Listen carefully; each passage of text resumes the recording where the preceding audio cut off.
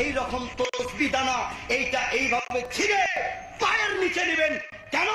এইটার মাধ্যমে মুহাম্মদ সাল্লাল্লাহু তাআলা আনহু একদিন মসজিদে ঢুকলেন। মসজিদে ঢুকে দেখছেন কিছু মানুষ পাথরের দানা জমা করে তাসবিহ গুনতেছে।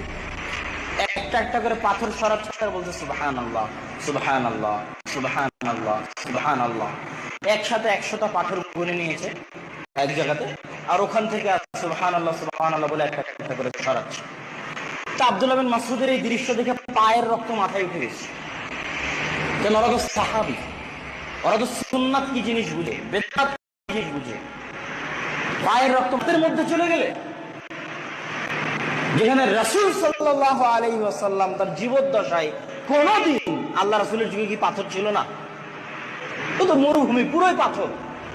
আল্লাহ রাসূল তার জীবদ্দশায় কোনদিন পাথর দিয়ে তাসবিহ গুনলেন না, আঙ্গুল দিয়ে তাসবিহ গুনলেন। আর আল্লাহ রাসূলের জুতা এখনো নষ্ট হলো না, তার আগেই তোমরা পাথর দিয়ে তাসবিহ